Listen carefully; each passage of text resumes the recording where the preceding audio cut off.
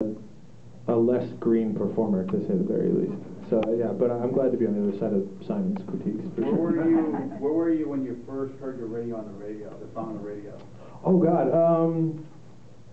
I was driving back from, I think I was driving back from medieval times in Orange County. I just bought a, I just bought a sword and was to slayeth the dragon. I still have the sword, it's in my garage. But yeah, I remember hearing it on the radio, and I was like, well, all right, well, there's that, you know. And, I mean, I was excited, but it was just, how do you react to that? I don't know, it's strange. Screams up on the down, freak out. Well, not on the 101. Have you been paying attention to Idol at all this season? I have. Getting closer to the finale, do you have a pick? I'm sorry? Getting closer to the finale, do you have a pick? I should have one.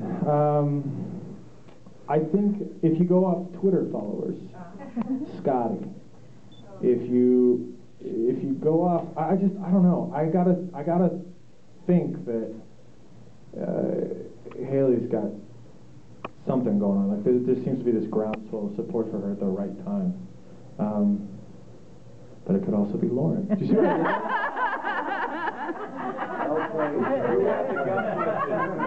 Who had the gum question? I did. Oh. Go ahead, girl. Good enough. Okay. I've been to several concerts and noticed awesome, thank you. Gum. Yes. And I'm just wondering if it's ever fallen out of your mouth during a concert, and if so, what did you do about it? It has. It has. It depends on where it ends up. If it ends up in front of me, I usually just leave it alone. If it ends up behind me, the last thing you want to do is step in the gum. So, you know, pick it up after the song and hope nobody else steps on it, I guess. Yeah. You know, I think, I don't know, I started doing that maybe like a month into the last tour, and it was just, I was getting like dry mouth on stage all the time. Saliva? Say what? What? Get your saliva. Get some saliva going, yeah. You got dry mouth. Yeah, and then it just kind of became a crutch. I mean, but the weird thing about it is, for me, like, it has to be cinnamon gum. Like, if it's spearmint or anything else, for some reason I don't feel like I sing as well. It's the stupidest thing. And there's no fact behind it. It's just, I'm chewing cinnamon gum right now. I probably don't sound any better than I would if I didn't have it, but I feel great. You know? We'll knock out a couple more of your questions, and then it's picture time. There's a little bit of a protocol with that. Where's Jane? Here? Jane, are you there? Yeah. All right, What's up? Jane, next to me you have the most creative writing I've ever seen. So all I can make out is something about clothing and maybe speakers and significance. Okay. I'll try and explain. I So... like when he said creative. Yeah.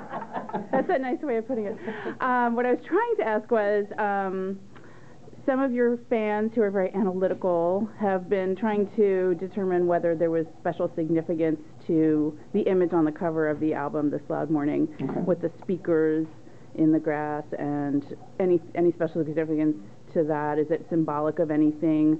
Really into speakers. No, I don't know. Any significance to the items of clothing that you were wearing or anything like that? Definitely no significance to the articles of clothing. I love how much credit you guys give me. I know. Now the image itself was just, I wanted the original thought was to have the speakers coming out of the ocean and kind of like while the sun was rising, just kind of to be significant of, you know, morning and it's loud. But the ocean, you know, taking pictures at the beach represents a whole slew of problems that I wasn't aware of, you know, like sand and the winds and all that crazy stuff. So we moved it to a field, and then it's funny, the picture, we actually got there and the sun was, we did it at sunset instead of sunrise. Trickery, I know. And just go ahead and sleep in. And then as we were taking the photos, it got overcast, and so that picture is actually overcast. So implement